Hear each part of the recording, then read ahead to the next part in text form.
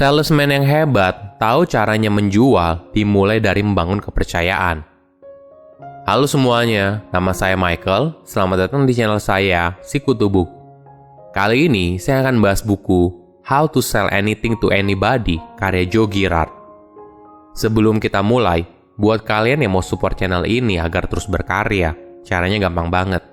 Kalian cukup klik subscribe dan nyalakan loncengnya. Dukungan kalian membantu banget supaya kita bisa rutin posting dan bersama-sama belajar di channel ini. Buku ini membahas soal bagaimana cara menjual barang yang efektif dari salesman terhebat di dunia. Selama 15 tahun karirnya, Joe berhasil menjual 13.001 mobil dan diberikan penghargaan dari Guinness Book World of Record. Ilmu yang dimiliki oleh Joe bukan berasal dari kuliah di universitas terbaik, karena dia tidak pernah kuliah dan putus sekolah ketika SMA. Tapi, semuanya dia pelajari dari pengalamannya berjualan. Joe menekankan, seorang penjual yang hebat bukan karena bakat, tapi berasal dari pengalaman dan semangat untuk belajar. Joe bilang, kalau dia saja bisa, berarti kamu pun pasti bisa seperti dia. Prinsip dasar Joe dalam berjualan adalah kepercayaan dan kerja keras. Prinsip yang bisa diadopsi oleh banyak orang di kehidupannya masing-masing. Saya merangkumnya menjadi 3 hal penting dari buku ini. Pertama, kamu menjual ke manusia. Ketika Joe mulai menjual mobil pada tahun 1960-an di Detroit, Amerika Serikat, tenaga penjual mobil pada saat itu melihat konsumen dengan sebutan The Mooch. Sebutan ini memiliki makna kalau orang itu menawar dengan sadis hingga ke titik terendah. Bagi The Mooch, negosiasi bukanlah mencari situasi yang win-win antara dia dan dealer, tapi dia akan mencari situasi yang win-lose, di mana konsumen mendapatkan harga paling murah dengan keuntungan dealer yang sangat tipis atau kalau bisa jual modal. Bagi Joe, pemikiran kalau semua konsumen memiliki mental seperti The Mooch adalah persepsi yang salah dan berbahaya. Hal ini malah membuat pengalaman konsumen menjadi buruk. Karena dari awal, tenaga penjualnya sudah punya persepsi sendiri soal konsumen tersebut. Joe melihatnya dari sisi lain. Bagi dia, konsumennya adalah manusia biasa yang bekerja keras untuk memiliki sebuah mobil. Joe dan konsumennya bisa bertemu karena mereka ingin membeli sebuah mobil. Jika mindsetnya sudah tepat, barulah kita bisa bicara hal lain, yaitu soal tujuan. Joe memiliki tujuan kalau setiap penjual mobilnya harus mampu memberikan kesan yang baik, dan ketika konsumen keluar dari dealer, mereka membawa pulang sebuah mobil dengan harga yang pantas. Pengalaman yang baik ini tentu saja membuat konsumen tersebut selalu teringat dengan Joe, dan bahkan merekomendasikan Joe kepada teman, keluarga, atau rekan kerja mereka apabila mereka ingin beli mobil. Bagi Joe, seorang salesman yang sukses harus paham betul siapa konsumennya. Semuanya dimulai dari nama. Kamu harus tahu nama konsumenmu dan panggil namanya dalam pembicaraan. Kamu juga harus belajar mendengar dengan baik apa kebutuhan mereka, apa yang mereka inginkan. Teruslah mendengar sampai kamu punya gambaran yang utuh soal apa yang konsumenmu butuhkan. Kamu juga harus fleksibel dan jangan terburu-buru. Jangan sampai terkesan kalau kamu memaksa konsumen untuk segera membeli. Kadang dalam satu kesempatan mereka langsung membeli.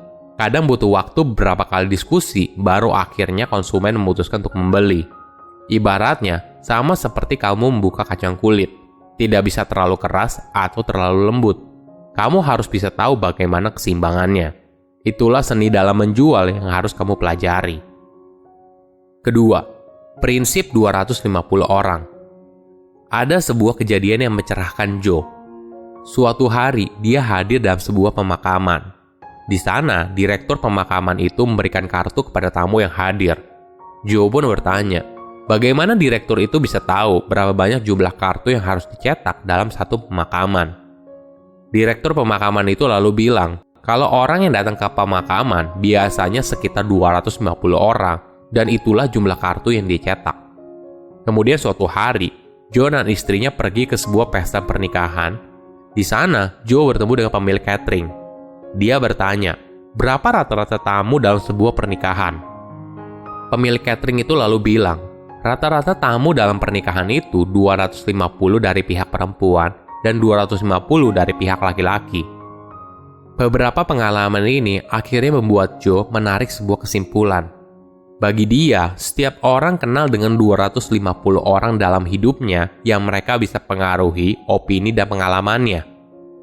Hal ini berarti, jika Joe bertemu dengan 50 calon konsumen dalam seminggu dan 2 orang tersebut merasakan pengalamannya yang buruk, maka di akhir tahun akan ada 26.000 orang yang terpengaruhi hanya dari 2 orang tersebut. Ketika kamu berjualan, coba pakai pemikiran ini.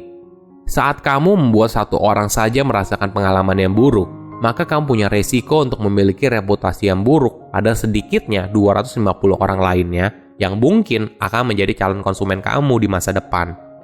Itulah sebabnya kamu harus memperlakukan calon konsumen atau konsumenmu dengan baik. Contohnya seperti ini. Ketika berjualan mobil, Joe bukan hanya menjual mobil, tapi juga pasca penjualannya. Dia selalu bilang ke konsumennya kalau mereka bisa menghubungi dirinya jika mengalami masalah dengan mobil tersebut di kemudian hari, dan Joe akan sangat senang untuk membantu mereka. Itulah cara Joe menjual. Bahkan dia juga pernah bilang kalau dia tidak pernah menjual mobil seumur hidupnya, tapi yang dia jual adalah reputasinya sebagai seorang Joe Girard. Teknik referral bird dog. Sepanjang karirnya, Joe telah menjual lebih dari 13.000 kendaraan. Hal ini berarti dalam sehari rata-rata dia menjual 6 mobil. Kalau kondisinya lagi ramai, dia bisa menjual 18 kendaraan sehari. Joe sendirian mampu menjual mobil sebanyak 95% dari total penjualan mobil di Amerika Utara saat itu. Lebih hebatnya lagi, Joe tidak menjual kepada korporasi dalam jumlah banyak. Dia menjualnya ke konsumen langsung. Inilah yang membuat semua orang penasaran.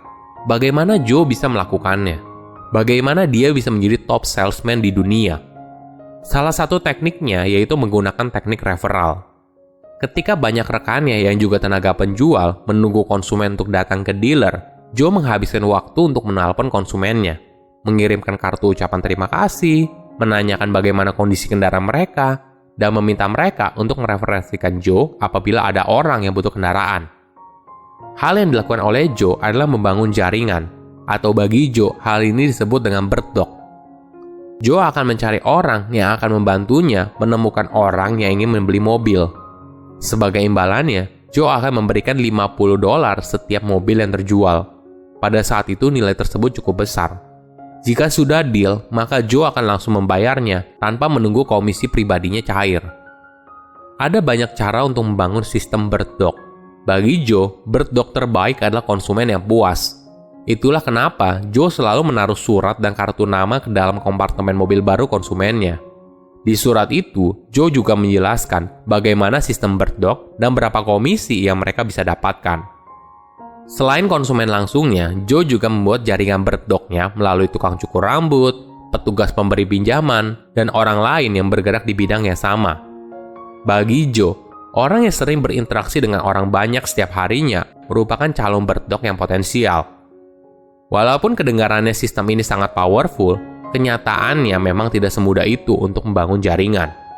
Ada satu rekan Joe mengeluh kalau dia sudah meminta orang lain untuk mereferensikan dirinya, namun dalam sebulan belum ada hasil apapun. Jawaban Joe selalu sama. Kamu harus bersabar. Kamu telah menanam benih yang baik, kamu harus terus menanam benih yang baik, hingga akhirnya suatu saat kamu akan menerima manfaatnya. Seni menjual dimulai ketika kamu mendengarkan konsumenmu dan memperlakukan mereka sebagai manusia. Pada akhirnya, kamu tidak hanya menjual sebuah produk, tapi juga layanan yang menyertainya. Silakan komen di kolom komentar, pelajaran apa yang kalian dapat ketika baca buku ini.